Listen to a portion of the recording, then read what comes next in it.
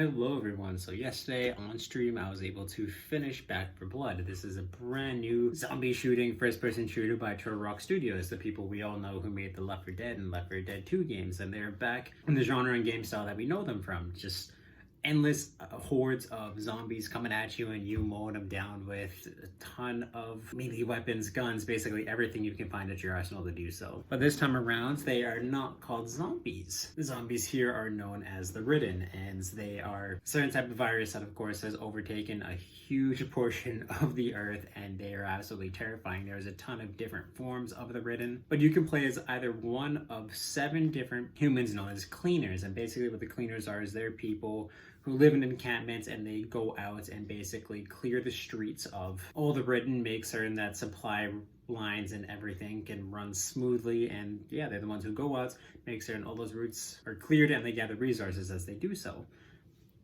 And this is a 4-player co-op campaign, so you can either play this with 3 of your friends, or you can go into matchmaking and it'll pair you with 3 different players from wherever they may be playing in the world. And if they're not able to find you enough players, there is bots that they will put into the matches to fill those spots for you.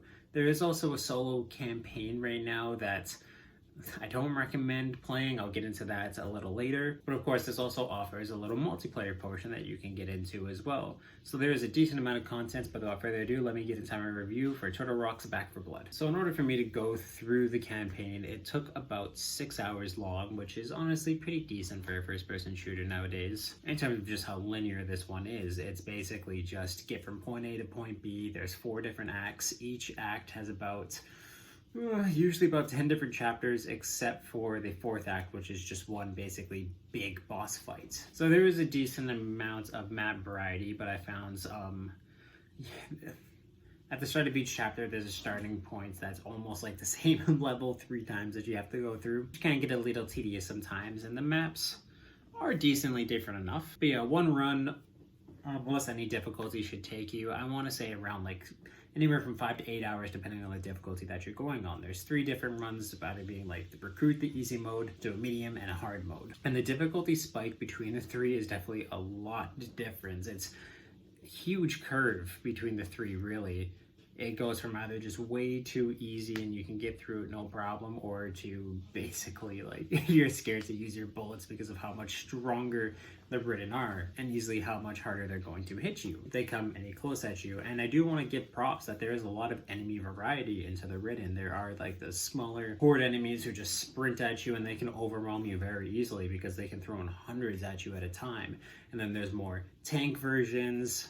There's tall boys who are just massive. They have huge arms that they use as clubs to hit you from faraway distances.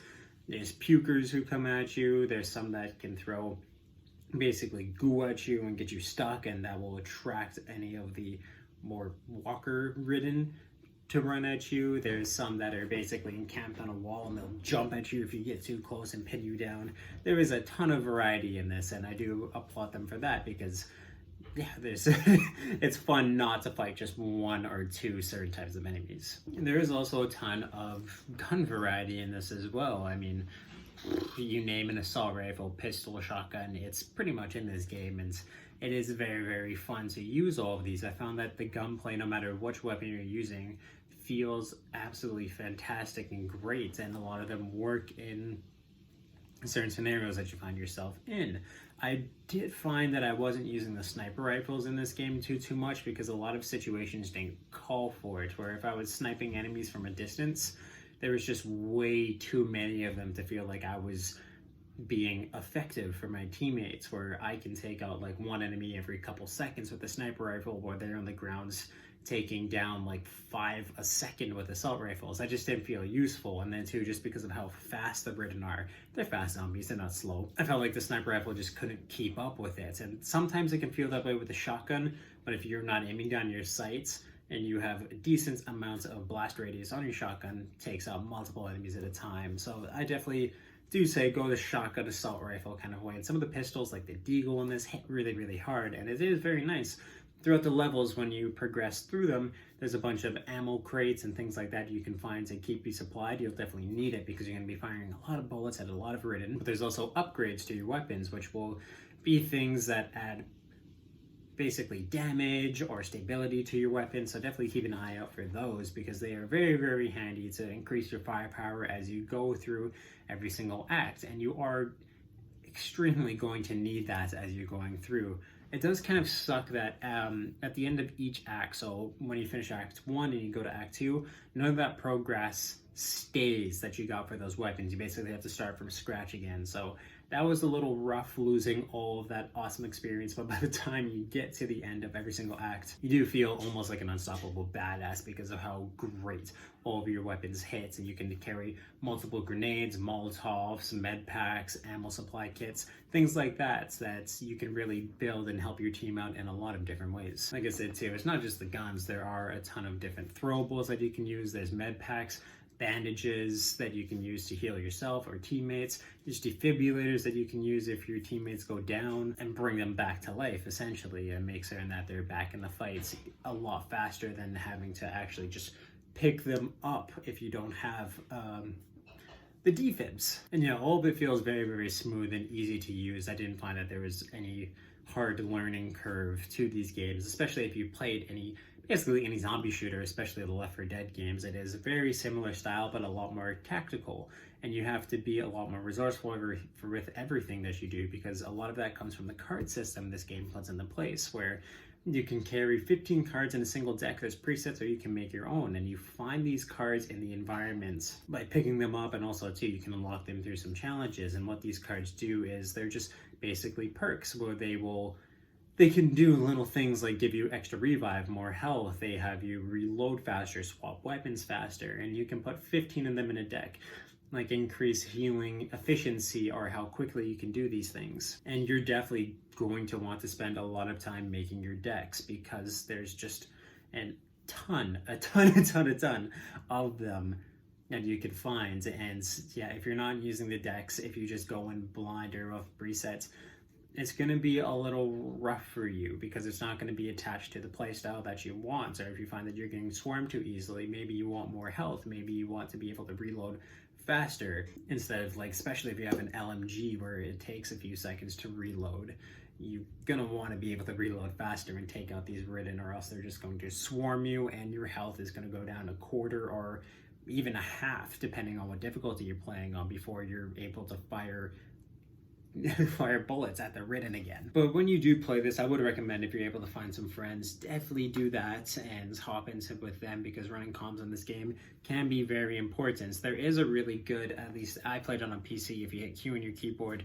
there's a really good system in terms of pinging certain items or locations where Ridden were coming from, or pinging supplies. That was really, really good, because I just played with random people online when I was doing this campaign. But yes, definitely do that, or play with random people, because if you go solo campaign, right now how they have it set up is that you won't get any experience, you won't unlock any cards, you won't get any supply points, which basically you use to unlock cards, skins for your characters. Basically, it's the in-game currency. You don't get any of that if you play the solo campaign, if you go offline, essentially. So it's not worth it at all to do that. I do highly recommend playing with other people online. There is no option for you just to go online and play bots only. Like, it will pair you with other people, but it's definitely a lot better to do that right now, because you want the experience, you want the points. And then the thing is too, is I do not recommend playing with the AI in this game, because it definitely needs a bump up. If there's ways to look at how many Ridden you killed throughout it,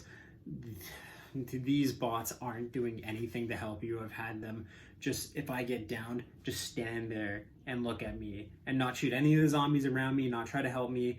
They're just not good, and you definitely need 3 people helping you out, calling out supplies, shooting zombies, clearing, like having angles at certain places, or else it's just going to be a rough time for you no matter what difficulty you're playing on. So I just don't recommend playing with the AI or going solo campaign, just because you won't get progress, and then the AI just isn't that good in terms of like having the cleaner AI. The AI for the zombies is really smart. They will flank you, they will get you if they want to.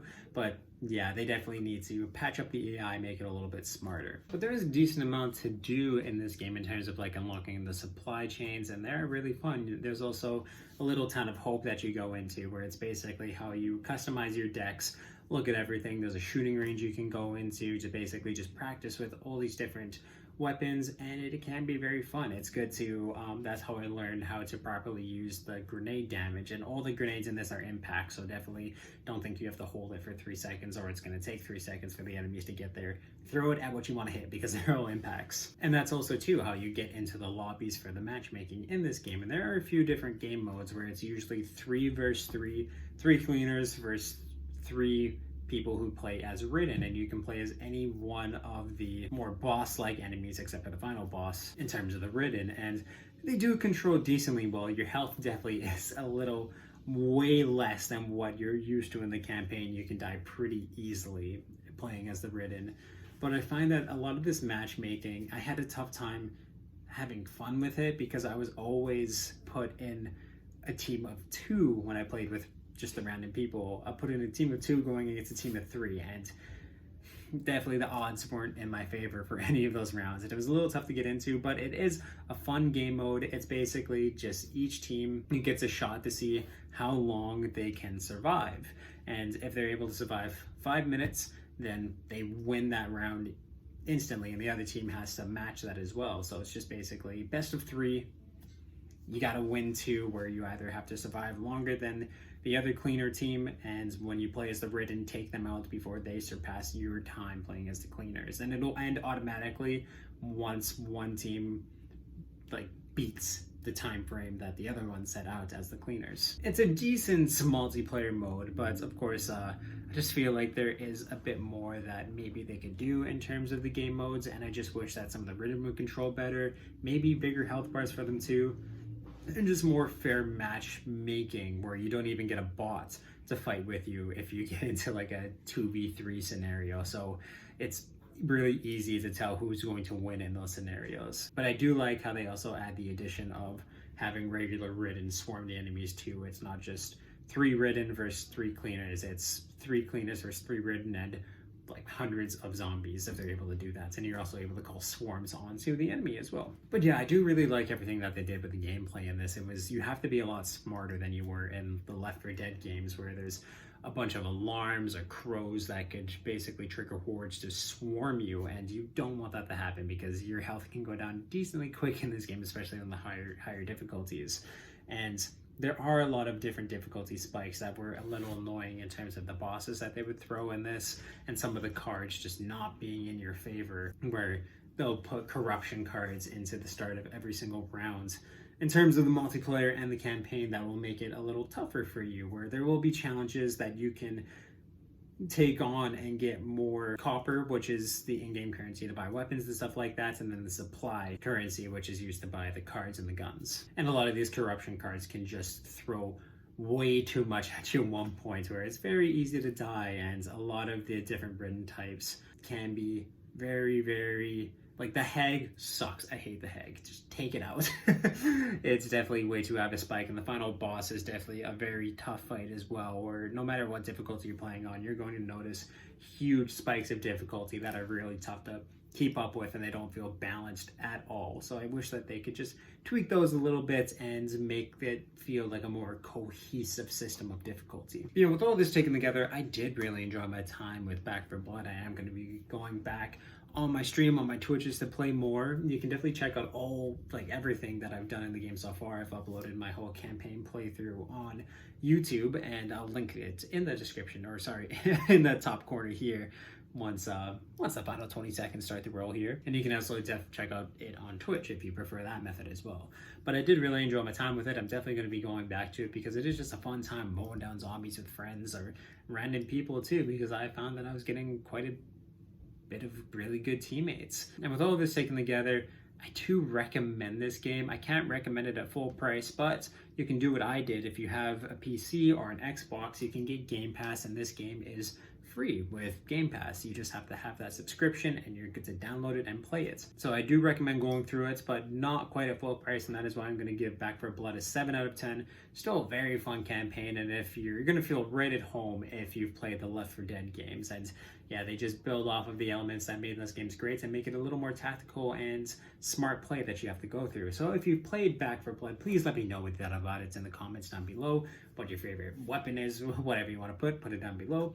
If you like this video game review, you can definitely check out all of my other reviews and everything I do on the channel through my playlist down below, and I'll link some up top here. If you like what you see on the channel, subscribe, turn the little ringer on if you want to know when I upload new videos. If you want to check out everything I do Twitch and live stream wise, there is a link for that in the description of this video and on my channel. And in the same place, there is a link to the Media Mountain, which is my Discord, where we talk about movies, video games, TV, comic books, music, pretty much everything that's awesome in this world. So you can definitely join that amazing community and help make it even more amazing than it is already.